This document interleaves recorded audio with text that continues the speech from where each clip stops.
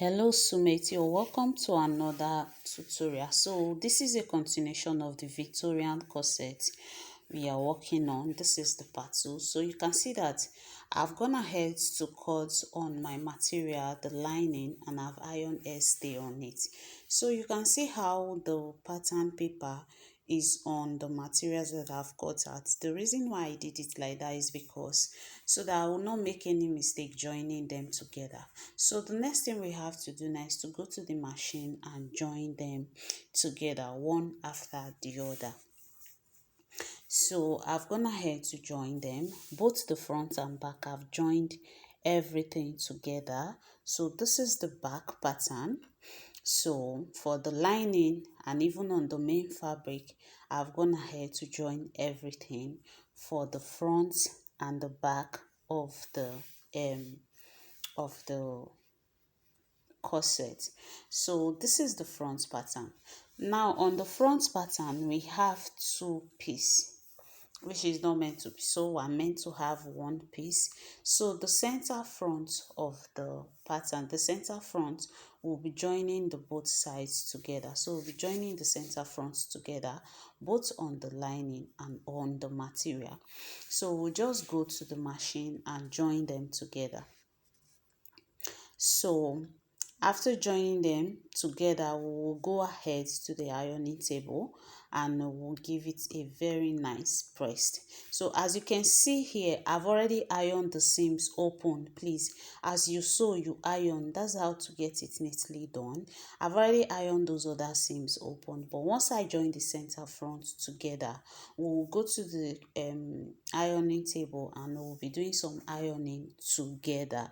So this is me just arranging them. I'll go straight to the sewing machine and join them, then I'll come back and show us. So after that,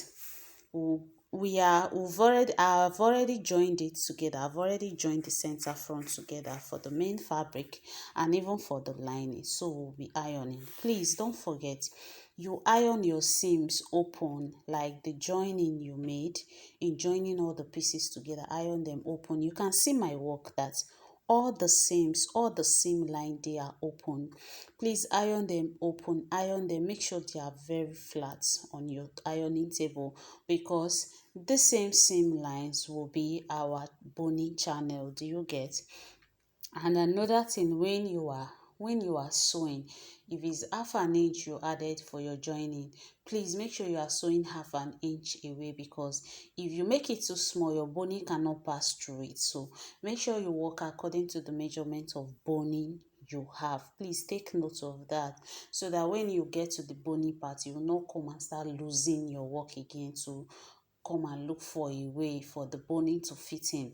So it is good for you to just correct it. That's why I'm always marking when I'm sewing. I like marking because it gives me a very accurate work. So this is the front pattern. Like I said, always make sure that you iron the seam lines open.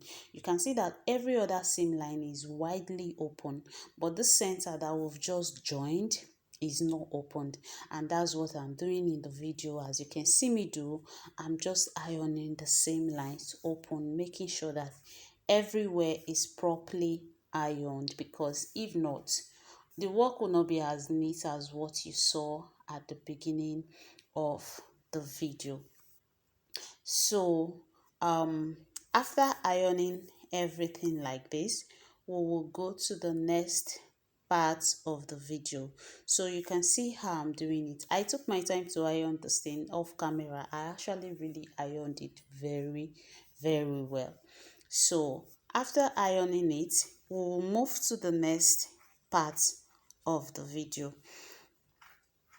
So the next part of the video will be joining the back pattern to the front pattern. So how we'll be doing it, we'll be doing it lining by line. You can see how I've ironed the seams open, right? So now we'll be joining them together. The front will be joining the front to the back. just like, oh, you are done with your sewing and you are joining front and back, we'll be joining it like you see me do in the video, both on the lining and on the fabric. So we're joining fabric to fabric, then we're also joining lining to lining. So I'll go to the sewing machine and join, and after joining I'll come back and show us what it looks like. Then this is it. I've gone ahead to join it, and you can see that from the draft we were creating, I told you that the front pattern is more curvier than the back. So this is it. I actually place it on it, so I'm just trimming it off.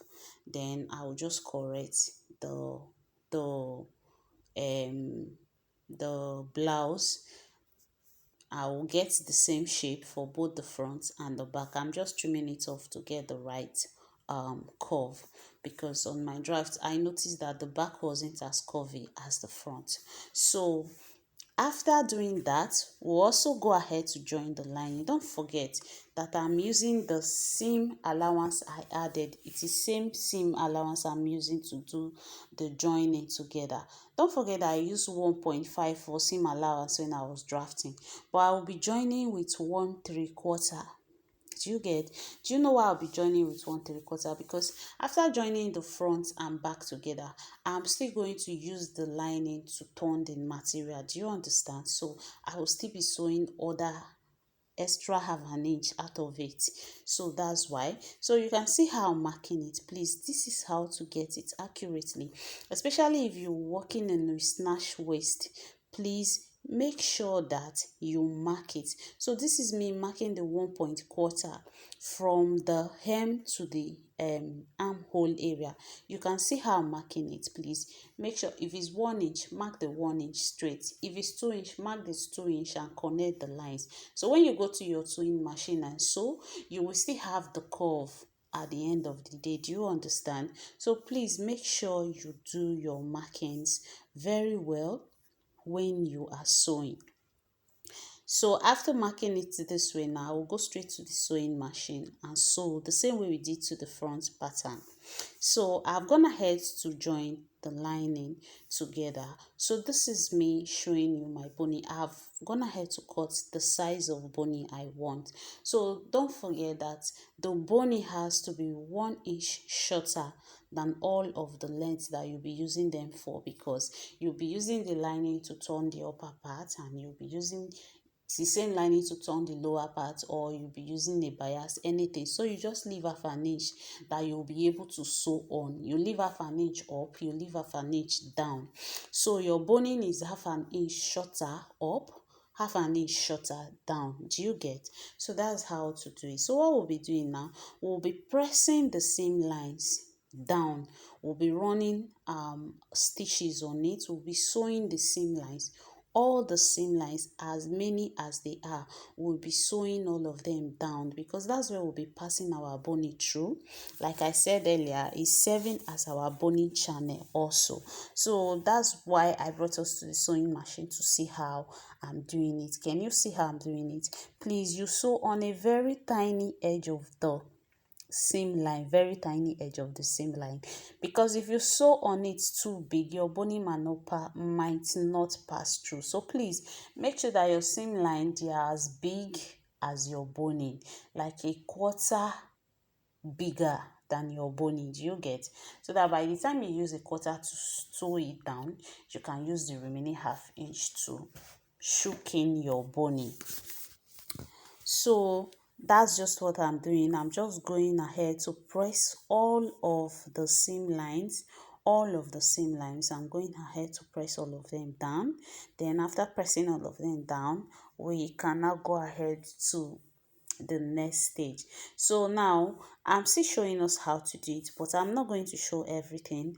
I will go off the camera to do the other part of it.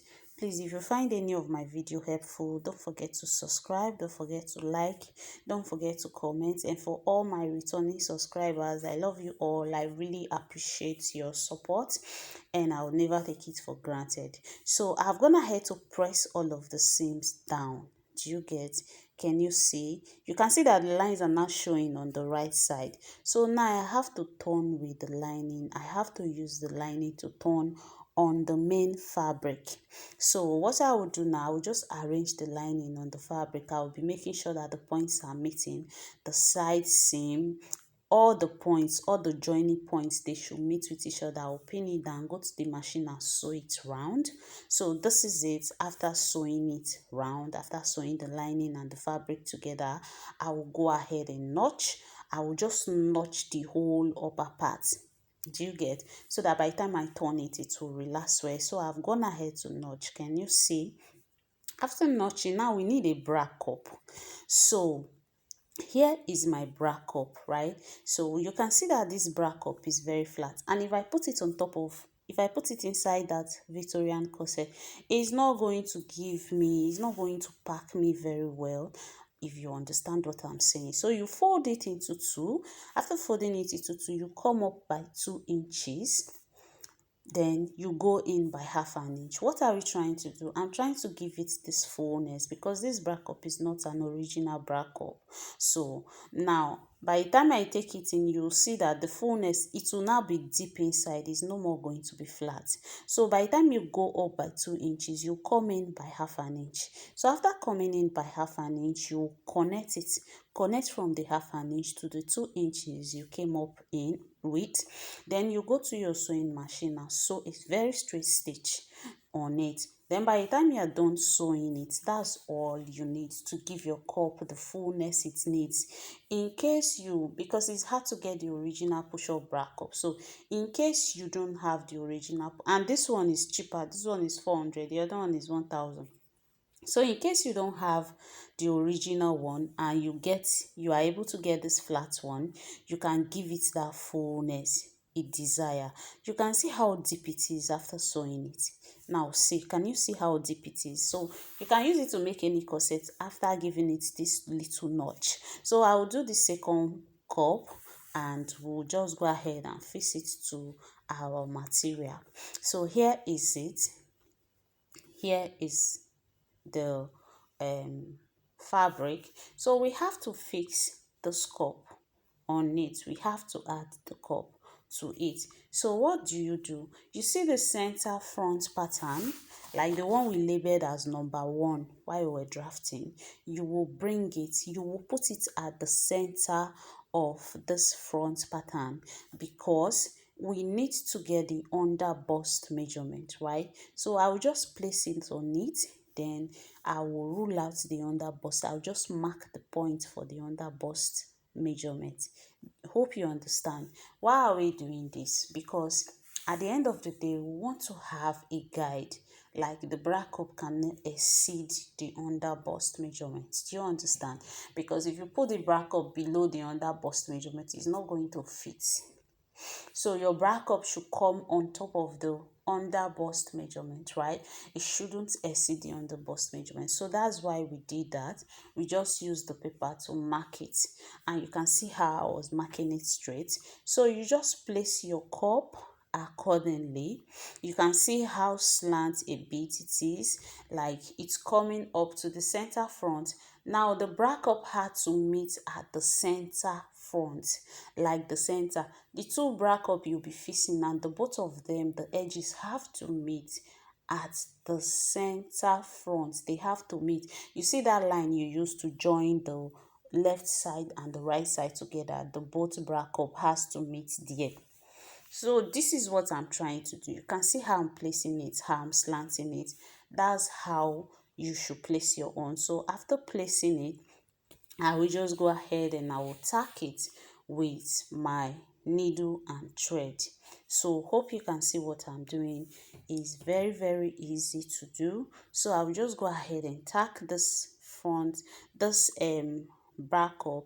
Then the other part, I will go off the camera and attach the second back up. Then I will come and show us the outcome. So you can see how I'm tacking it. Another thing that you should put in mind is that you don't pick too much of material when you're tacking. Make sure you don't pack too much. You are just taking a little with the needle, and you are sewing it in a way that it will not show on the right side of the corset. Your tacking will not show on the right side. So you take a very tiny part of the fabric. It won't show on the other side. So when you saw this thing on my body, you saw that it wasn't showing. There's no thing showing that, oh, I did some tacking. So you do a very light tacking. If you know how to do this invisible tacking, yeah, just do something like that. So this is me just tacking it. So I'll just tack the three parts together. You can tack more than the three parts, but I tacked only the three parts together in this video. So I've gone ahead to attach the second bracket. Can you see? You can see that the both bracket, they are meeting at the center. Make sure of that, please. So after that, now I will go ahead. No, the next step is to go and turn. I wanted to face the boning, but we will have to turn it first before we put the boning. You can see the side, the center back, that we've not joined it. We've not used the lining and the fabric to turn each other, so we'll have to turn it. So I've gone ahead to join it. Can you see? I've gone ahead to join it together. So I will now turn it to the other side before we will now start fixing our boning. And we will also create the boning channel for the center back. The boning channel and the eyelet part. You know, the eyelet will lay in between the two bonings at the center back. So we'll just go ahead and do that. So I've gone ahead to turn it. So I will go ahead to iron it properly. After ironing, then we can now create the boning channel for the center back and the eyelet channel also. We cannot create it. Now if you want to create that part, you should know that you rule your lines half of an inch apart, and you are ruling 3 lines. You're marking 3. So I'll just go ahead and mark it half inch apart into 3 until I mark it to the upper part. Do you see how I'm marking it? Half inch, that's how to mark it. Half inch is for your boning, the center is for the eyelet, the last one is for the boning. So I'll just mark everything off the camera, then I will also sew it also to come and show us. Then this is it. I've gone ahead to sew it. Can you see? We have how many lines there? 3 lines sewn already. So the next thing now is to fix my boning. I will go ahead to attach my boning to all of the boning channels. Then even this other one that we just created for the center back, I'll put my bonings. I will also go ahead and attach my eyelet off the camera. If you don't know how to do that, I'll drop the link in the description box for us to see how to fix our eyelet. It is very easy to do. So I'll fix the eyelet. After fixing the eyelet, you can see me putting the bonings because I know which boning is fitting in. I know their positions because I arrange them accordingly. So, and don't forget to burn your boning. Don't forget to burn the tips of your boning with your lighter so that it doesn't tear or push out. Do you get? So now I will just, this is it. I will go ahead to cut a bias. I will cut my bias with the doll face I'm using as lining. That's what I will use as bias to turn the lower part. Then I'll go ahead to attach my boning to the side, the center back. I'll attach my boning and eyelet. Then I will now use the doll face I'm cutting as a bias to turn the lower part. We all know how to turn with our bias, so I'll just use the doll face to turn as a bias, and this is what the outcome looks like. You can see how lovely it is. In and out of the corset is neatly done. So you can practice yours, and don't forget to tag me or you add me on WhatsApp, anyone. I'll be dropping my contact. You can check my page for my Facebook page, my Instagram. You can tag me in any of the platform. So this is it. If you have any question, you can ask in the comment section. Trust me, my camera didn't do justice to it. It is really nice. I hope you enjoy the video.